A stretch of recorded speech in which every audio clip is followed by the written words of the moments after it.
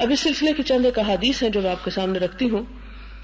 حضور صلی اللہ علیہ وسلم نے فرمایا من رأى منکم منکرا فلیغیرہ بیدہ، تم میں سے جو کوئی کسی منکر کو دیکھے، کسی برائی کو دیکھے تو اسے چاہیے کہ اپنے ہاتھ سے اس کو بدل ڈالے. یغیر کا لفظ استعمال ہوا ہے تغییر، تغییر ہوتا ہے تبدیلی کو. اب تبدیلی کس طرح ہوتی ہے؟ آپ دیکھیں کہ جب کوئی شخص کسی جگہ سے تبدیل ہوتا ہے تو اس کا یہ مطلب نہیں ہوتا کہ وہ پوسٹ خالی کر دی جاتی. تبدیلی کا مطلب ہوتا ہے چینج، کہ ایک چیز کو ہٹا کر دوسری چیز کو وہاں لایا جائے. تو امر بالمعروف اور نہی عن المنکر کے پیچھے بھی حکمت یہ ہے کہ ایک بری چیز کو ہٹا کر ایک اچھی چیز دی جائے.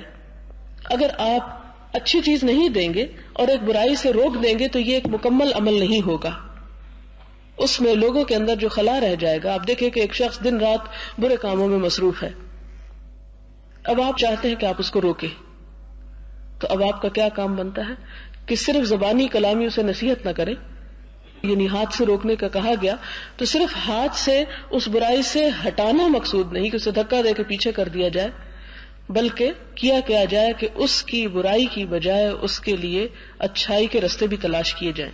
کیونکہ آپ دیکھیں کہ جہاں بھی یہ حکم دیا گیا دونوں چیزیں ساتھ ساتھ آئیں کہ منکر کو ہٹاؤ تو معروف کو لاؤ. جب تک یہ کام نہیں ہوتا اور صرف خالی منکر کو ہٹانے کی کوشش کی جائے گی اور صرف برائی کو چھڑانے کی کوشش کی جائے گی تو اس کا فائدہ نہیں ہوگا. آپ دیکھیں کہ کچھ لوگ نشے کے عادی ہوتے ہیں، یا اسی طرح کچھ بڑے نشے کے اور کچھ چھوٹے چھوٹے نشے کے عادی ہوتے ہیں. کئی لوگ چائے کا نشہ ہوتا ہے، کسی کو سگریٹ کا ہوتا ہے، کسی کو ہیروئن کا ہوتا ہے. تو آپ دیکھیں کہ اگر آپ ان کو ان کے اسی ماحول میں چھوڑ کر آپ ان سے سگریٹ کی ڈبیا لے لیں یا ان سے کوئی اور چیز چھڑانے کی کوشش کریں تو کبھی نہیں چھوڑ سکتے. لیکن اگر آپ ان کو اس کی بجائے کوئی اور مصروفیت یا کوئی اور طریقہ یا جگہ کی تبدیلی یا ان کے کام کی تبدیلی یا ان کی صحبت کی تبدیلی کرتے ہیں تو وہ چیز اس کو تبدیل کرنا زیادہ آسان ہو جاتا ہے. مثلا ایک انسان جن دوستوں میں بیٹھ کر نشہ کرتا ہے، اگر اس کمپنی سے کسی طرح اس کو دور کیا جائے، یا ایک شخص اگر ایک خاص مخصوص کام کرتے ہوئے سگریٹ بہت پیتا ہے تو اس کام سے اس کو ہٹایا جائے یا اس ماحول سے اس کو ہٹایا جائے تو اس کے لیے وہ کام چھوڑنا زیادہ آسان ہوگا. یعنی صرف اس چیز کو چھین لینا یا اس چیز کو توڑ دینا یا اس کو ہٹا دینا یہاں مراد نہیں ہے، بلکہ فرمایا فَلْيُغَيِّرْ، اسے بدلے، اسے چینج کرے. فَإِن لَّمْ يَسْتَطِعْ، اگر ایسا نہ کر سکے، فَبِلِسَانِهِ، تو اپنی زبان سے ہی اس کو کہے کہ یہ ٹھیک نہیں ہے. فَإِن لَّمْ يَسْتَطِعْ فَبِقَلْبِهِ، اور اگر وہ ایسا نہ کر سکے تو دل کے ساتھ. وَذَلِكَ أَضْعَفُ الْإِيمَانِ، اور یہ ایمان کا کمزور ترین درجہ ہے کہ ایک شخص صرف دل میں ایک چیز کو برا سمجھے اور اس کا اظہار نہ کرے. اب دیکھیں کہ دنیا میں جو بھی چیزیں ہمارے پاس ہیں ان میں سے ہماری سوچ کیا ہوتی ہے اور ہمارا خیال کیا ہوتا ہے کہ بہتر سے بہترین ہو. ہم دنیا کے معاملے میں کسی کمتر چیز پر رہنے پر اکتفا نہیں کرتے. اگر کپڑوں کا معاملہ ہے تو اس میں آپ دیکھیں کہ اگر آپ خریدنے کے لیے جائیں تو آپ کی نظر کیا ہوگی کہ مثلا ایک ہی قیمت میں اگر مختلف طرح کے کپڑے ہوں گے تو آپ صرف بغیر دیکھے بغیر سوچے سمجھے ایک چیز کو نہیں اٹھا لیں گے، بلکہ اس کے مقابلے میں کیا کریں گے کہ اس میں سے بہترین چیز کی تلاش ہوگی.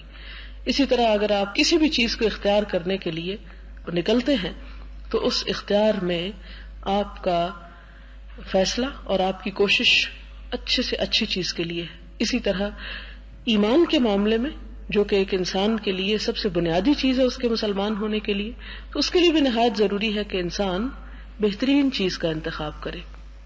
اور اس بہترین چیز میں کیا ہے کہ انسان اپنے ہاتھ، اور ہاتھ جو ہے دراصل سمبل ہے قوت، اتھارٹی، صلاحیتیں، کوشش، عمل.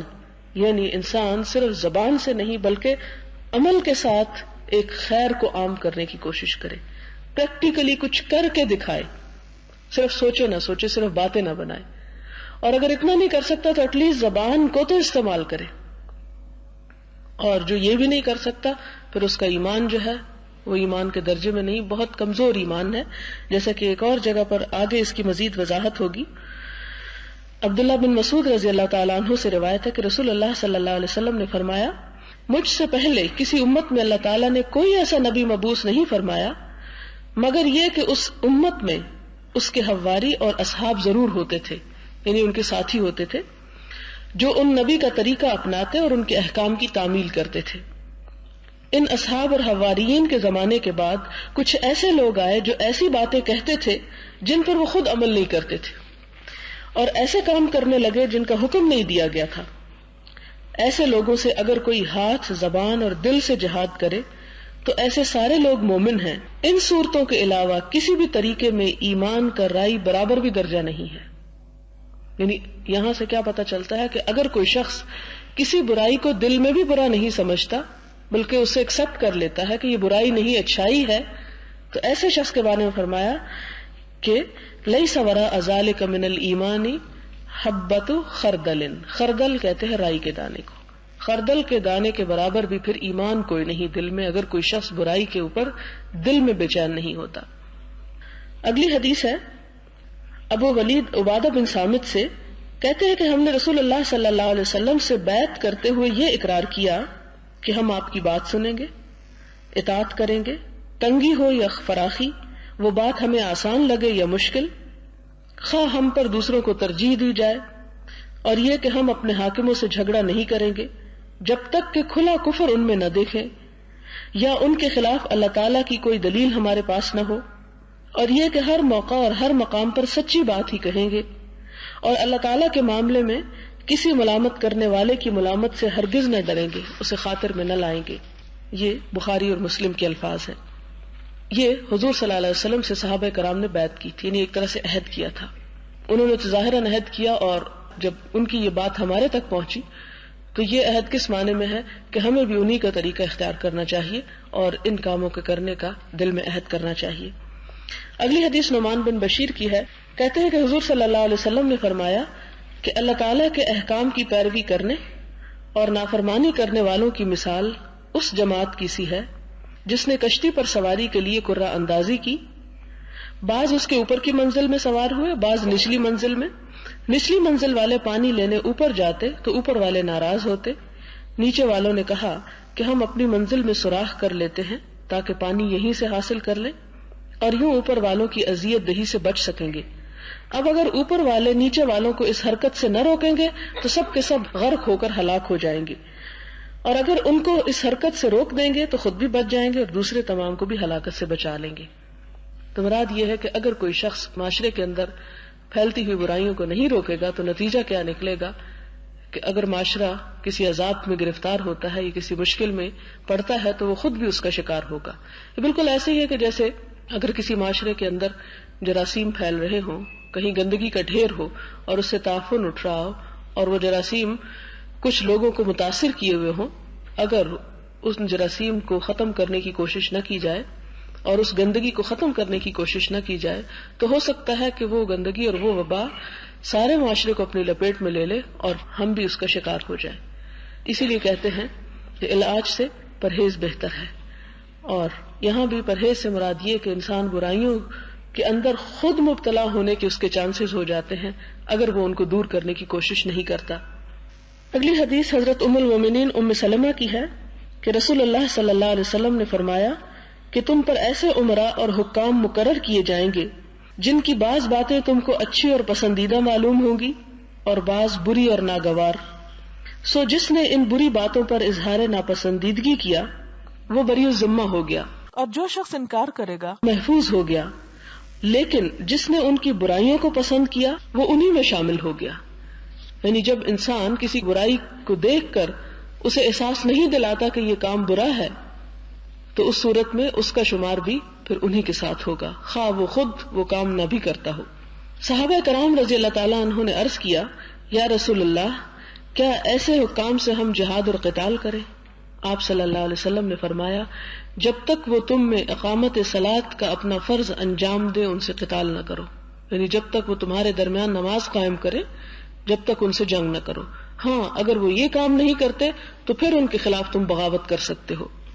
یہ مسلم کی روایت ہے. امام نووی نے اس حدیث کی تشریح کے طور پر فرمایا کہ مراد یہ ہے کہ جس نے اپنے دل میں ایسے حکام کو برا سمجھا اور ہاتھ اور زبان سے روکنے کی طاقت نہ پا کر خاموش رہا تو وہ گناہ سے بری ہو گیا اور اپنی ذمہ داری پوری کر گیا، اور جس نے اپنی طاقت بھر تردید کر دی تو وہ معصیت کے بارے میں سلامت رہا، اور جس نے ان حکام اور اعمال پر خوشنودی اور رضامندی کا اظہار کیا اور ان کی پیروی کی تو ایسا شخص گناہگار ہوگا. اگلی حدیث ام المومنین ام الحکم زینب بنت جہش سے ہے رضی اللہ عنہا، کہتی ہیں کہ نبی صلی اللہ علیہ وسلم ان کے ہاں گھبرائے گھبرائے تشریف لائے اور آپ زبان مبارک سے لا الہ الا اللہ کے ساتھ یہ فرما رہے تھے کہ عربوں کے لیے اس برائی سے جو قریب آ گئی ہے بڑی خرابی اور مصیبت ہے. آج یاجوج و ماجوج کی روک والی دیوار سے اتنا حصہ کھول دیا گیا ہے، اور اپنے انگوٹھے اور شہادت کی انگلی سے ہلکا بنا کر آپ نے دکھایا، یعنی یوں اتنا سا سوراخ اس میں ہو گیا، اور وہ جب بڑھ جائے گا اور پورا ہو جائے گا تو وہ سب باہر نکل آئیں گے. میں نے عرض کیا یا رسول اللہ صلی اللہ علیہ وسلم، کیا ہم ایسی حالت میں بھی ہلاک و برباد ہو جائیں گے کہ ہم میں صالح اور نیک لوگ موجود ہوں؟ آپ صلی اللہ علیہ وسلم نے فرمایا، جب خباثت، فسق و فجور کی کثرت ہو جائے گی تو ہاں نیک و صالح افراد کی موجودگی کے باوجود پھر قوم تباہ ہو جائے گی.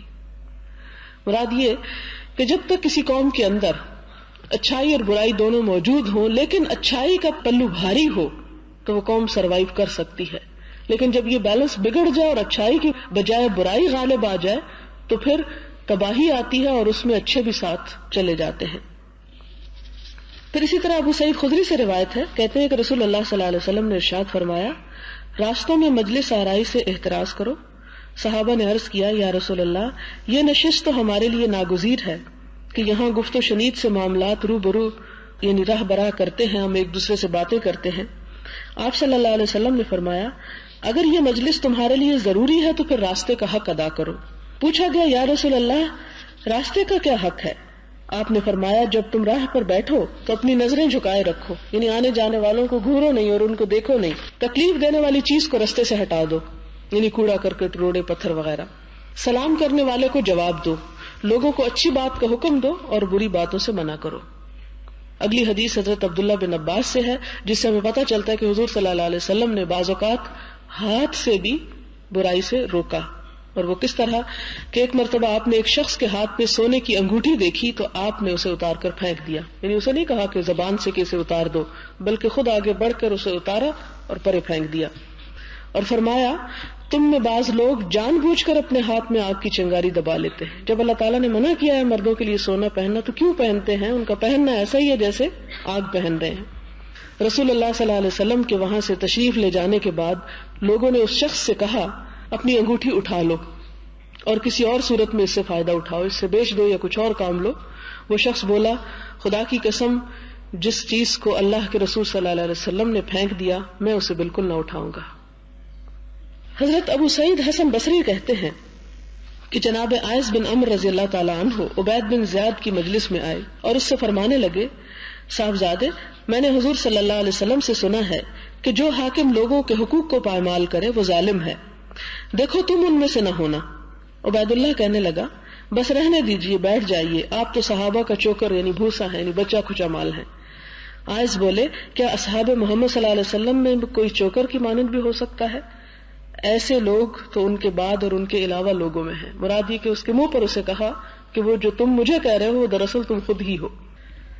حضرت حذیفہ رضی اللہ تعالیٰ عنہ بیان کرتے ہیں کہ رسول اللہ صلی اللہ علیہ وسلم نے فرمایا، اس ذات کی قسم جس کے ہاتھ میں میری جان ہے، ایسا ہو کر رہے گا کہ یا تو تم امر بالمعروف کرو گے، نہی عن المنکر کا فرض ادا کرو گے، ورنہ بہت جلد اللہ تعالیٰ تمہیں اپنے سزا میں جکڑ لے گا. پھر تم اس سے دعائیں مانگو گے مگر وہ تمہاری دعا نہ سنے گا اور تمہاری دعا قبول نہ ہوگی، نہ سنے گا اور نہ قبول ہوگی. اسی طرح ابو سعید خدری کی روایت ہے، کہتے ہیں کہ رسول اللہ صلی اللہ علیہ وسلم نے فرمایا، اونچے درجے کا جہاد ظالم اور جابر بادشاہ کے سامنے انصاف اور حق کی بات کہنا ہے. مراد یہ کہ صرف عوام سے برائی کو دور کرنا نہیں بلکہ حکمرانوں سے بھی دور کرنا فرض ہے. پھر اسی طرح حضرت ابو عبداللہ طارق بن شہاب بجلی احمسی رضی اللہ عنہ راوی ہیں کہ ایک شخص نے حضور صلی اللہ علیہ وسلم سے اس وقت پوچھا، ایک سوال کیا جب آپ سوار ہونے کے لیے رکاب میں پاؤں رکھ چکے تھے، یعنی بالکل سواری تیار کھڑی تھی اور آپ نکل ہی رہے تھے، کہ یا رسول اللہ صلی اللہ علیہ وسلم، افضل ترین جہاد کون سا ہے، سب سے اچھا جہاد؟ تو آپ نے فرمایا، جابر بادشاہ کے منہ پر حق بات کہنا. اسی طرح جناب عبداللہ بن مسعود رضی اللہ عنہ روایت کرتے ہیں کہ رسول اللہ صلی اللہ علیہ وسلم نے فرمایا کہ بنی اسرائیل میں جو پہلی خرابی پیدا ہوئی وہ یہ تھی کہ ایک آدمی کسی برائی کے مرتکب سے ملتا تو کہتا، اے انسان تو اللہ سے ڈر اور جو کام تو کر رہا ہے اس کو چھوڑ دے. شروع میں کیا کرتا کہ کسی کو برا کام کرتے دیکھتا تو اسے کہتا نہ کرو، اور جب دوسرے دن اس سے ملتا اور اس کو اسی حالت میں مبتلا دیکھتا تو کچھ نہ کہتا، یعنی برائی سے نہ روکتا، اور پھر کیا کرتا، اس کے بعد اسی کا دوست ہم نوالا ہم پیالہ ہو جاتا. کیونکہ انسان جب برائی دیکھتا رہتا ہے تو پھر ایک سٹیج ایسی آتی ہے کہ وہ اس کو برائی ہی نہیں لگتی اور انسان خود بھی کوئی کچھ کرنے لگتا ہے. اور جب اکثر ایسا ہونے لگا تو اللہ تعالیٰ نے ان کے دل ایک جیسے کر دیے، اچھے برے سب ایک ہو گئے. پھر یہ فرمایا کہ لَعِنَ الَّذِينَ كَفَرُوا مِن بَنِي إِسْرَائِيلَ عَلَىٰ لِسَانِ داؤد وعیسی ابن مریم، کہ اللہ تعالیٰ نے بنی اسرائیل کے ان لوگوں پر لعنت فرمائی جنہوں نے کفر کیا. اس کی وجہ یہ تھی کہ انہوں نے نافرمانی کی اور اللہ کی حدود توڑ ڈالی، اور جو وہ ناشائستہ کام کرتے تھے اس سے ایک دوسرے کو وہ منع نہیں کرتے تھے. ان کی یہ حرکت بہت بری تھی. ان میں بہت سے ایسے آدمی آپ دیکھیں گے جنہوں نے کافروں سے دوستی کر رکھی ہے، آگے کے لیے جو کچھ انہوں نے بھیجا ہے وہ بہت ہی برا ہے. پھر حضور صلی اللہ علیہ وسلم نے فرمایا ایسا ہرگز نہیں ہونا چاہیے، تم ضرور عمل بالمعروف کرو، برائیوں سے منع کرو، ظالم کا ہاتھ پکڑو، ان کو جبراً حق پر روکو، حق بات پر ان کو مجبور کرو، ورنہ اللہ تعالیٰ تم میں سے ایک دوسرے کے دلوں کو بھی یکساں کر دے گا، پھر تم پر بھی اسی طرح لعنت کرے گا جس طرح ان پر لعنت کی گئی تھی. رسول اللہ صلی اللہ علیہ وسلم نے فرمایا جب بنی اسرائیل گناہوں میں ملوث ہو گئے تو پہلے تو ان کے علماء نے ان کو منع کیا، مگر جب عوام باز نہ آئے تو وہ علماء ہی ان کے مجلسوں میں ان کے ہم نشین اور ہم نوالا و ہم پیالہ ہو گئے، یعنی اچھے برے سب برابر ہو گئے. تو اللہ تعالیٰ نے بعض سیاہ دل لوگوں کی طرح ان کے دل بھی میلے کر دیے، اور ان پر حضرت داؤد اور حضرت عیسیٰ علیہ السلام کی زبانی سے لعنت بھیجی. اس کی وجہ یہ تھی کہ انہوں نے نافرمانی کی اور وہ حد سے نکل گئے. راوی کہتے ہیں کہ رسول اللہ صلی اللہ علیہ وسلم یہ بات کرتے ہوئے تکیے کے سہارے بیٹھے تھے، یعنی جب آپ یہ فرما رہے تھے تو آپ نے ٹیک لگائی ہوئی تھی، پھر سیدھے ہو کر بیٹھ گئے اور فرمایا اس ذات کی قسم جس کے قبضے میں میری جان ہے، جب تک ان کو حق پر قائم نہ کرو تمہارے لیے نجات نہیں، یعنی جب تک تم معاشرے سے برائیوں کو دور نہ کرو تمہارے لیے بھی نجات نہیں. تو یہاں سے ہمیں پتہ چلتا ہے کہ ایک مسلمان خود غرض ہو کے نہیں جیتا، وہ صرف اپنی خیر اور اپنی بھلائی اور اپنی نیکی اور اپنا تقوی نہیں سامنے رکھتا، بلکہ اسے اپنے سے زیادہ اور اپنے ساتھ ساتھ دوسروں کا بھی کنسرن ہوتا ہے. پھر اسی طرح حضرت ابوبکر رضی اللہ تعالیٰ عنہ نے فرمایا کہ اے لوگو تم یہ آیت تو پڑھتے ہو کہ اے اہل ایمان جب تم ہدایت پا جاؤ تو اپنی فکر کرو، جو گمراہ ہوا وہ تمہیں نقصان نہیں دے گا، مگر میں نے رسول اللہ صلی اللہ علیہ وسلم کو یہ فرماتے سنا ہے کہ جب لوگ ظالم کو ظلم کرتے دیکھیں اور اس کا ہاتھ نہ پکڑیں تو ہو سکتا ہے کہ بہت جلد اللہ تعالیٰ سزائے عام میں سب کی گرفت فرمائے. اب یہاں یہ باب تو ختم ہوتا ہے. اگلا باب چونکہ ایک حدیث پر مبنی ہے تو اس میں اسی سے متعلق ہے، اور اس کا بھی موضوع امر بالمعروف ہی ہے، لیکن یہ اب کرنے والوں کے بارے میں ہے کہ اگر کوئی شخص امر بالمعروف کرتا ہے، دوسروں کو نیکی کا حکم دیتا ہے اور خود نہیں کرتا تو اس کا کیا انجام ہے. اس میں ہم دیکھتے ہیں اللہ تعالیٰ قرآن پاک میں فرماتے ہیں أَتَأْمُرُونَ النَّاسَ بِالْبِرِّ وَتَنْسَوْنَ أَنفُسَكُمْ، کیا تم لوگوں کو تو نیکی کا حکم دیتے اور اپنے آپ کو بھول جاتے ہو، وَأَنْتُمْ تَتْلُونَ الْكِتَابَ، حالانکہ تم کتاب پڑھتے ہو، افلا تعقلون، کیا تم عقل سے کام نہیں لیتے. تو مراد یہ ہے کہ انسان کو دوسروں کو برائی سے روکنے سے پہلے اپنے آپ کو روکنا چاہیے. اور بعض اوقات ایسا ہوتا ہے کہ جب انسان دوسروں کو بتانے کے لیے نکلتا ہے تو اسے اپنی طرف بھی احساس ہوتا ہے. اس کا یہ مطلب نہیں کہ انسان اگر یہ سمجھتا ہے کہ میں برائی کر رہا ہوں تو میں کس طرح دوسروں کو روکوں. نہیں، دوسروں کو روکنا تو فرض ہے، لیکن جب انسان دوسروں کے لیے نکلتا ہے تو اسے اپنا بھی زیادہ احساس اس وقت ہوتا ہے کہ میں خود کیا کر رہا ہوں، اور اس کے اوپر یہ فرض عائد ہوتا ہے کہ اپنی بھی چھوڑ دو، یہ نہیں کہ دوسرے کی اصلاح اور تبلیغ چھوڑ دو. اس کا یہ مطلب نہیں نکلتا. پھر ایک اور جگہ پر فرمایا یا ایھا الذین آمنوا لم تقولون ما لا تفعلون، اے اہل ایمان تم کیوں کہتے ہو وہ باتیں جو تم خود نہیں کرتے ہو. کبر مقتا عند اللہ ان تقولوا ما لا تفعلون، اللہ کے نزدیک یہ بات بڑی غصہ دلانے والی ہے کہ تم وہ کہو جو تم نہ کرو. پھر اسی طرح حضرت شعیب علیہ السلام کے بارے میں یہ مقولہ بہت مشہور ہے. انہوں نے کہا کہ وما اريد ان اخالفكم الى ما انهاكم عنه، میں یہ نہیں چاہتا کہ جس بات سے تم کو منع کرتا ہوں وہ میں خود ہی کرنے لگوں. اس سلسلے میں ایک ہی حدیث ہے جو بخاری اور مسلم کی ہے. ابو زید اسامہ بن زید بن حارثہ رضی اللہ عنہ سے روایت ہے کہ میں نے رسول اللہ صلی اللہ علیہ وسلم کو فرماتے ہوئے سنا کہ قیامت کے دن ایک آدمی کو لایا جائے گا اور آگ میں جھونک دیا جائے گا جس سے اس آدمی کی انتڑیاں نکل پڑیں گی. وہ ان کو تھام کر وہ اس طرح چکر لگائے گا جس طرح گدھا چکی چلانے کے لیے گھومتا ہے. اہل دوزخ اس کے ارد گرد اکٹھے ہو جائیں گے اتنی شدید تکلیف میں دیکھ کر، اور کہیں گے کہ اے فلاں تمہیں یہ کیا ہو گیا ہے، تم تو ہمیں اچھی باتیں بتاتے تھے اور بری باتوں سے روکتے تھے. وہ کہے گا تھا تو ایسا ہی، مگر میں خود نہ اچھی باتوں پر عمل کرتا تھا اور نہ بری باتوں سے رکتا تھا. یہاں ان لوگوں کی بہت مذمت کی گئی ہے کہ جو صرف دوسروں سے بھلائی کی توقع رکھے لیکن خود اس سے قریب بھی نہ پھٹکے. وآخر دعوانا ان الحمد للہ رب العالمین. سبحانک اللہم وبحمدک نشہد ان لا الہ الا انت نستغفرک ونتوب الیک.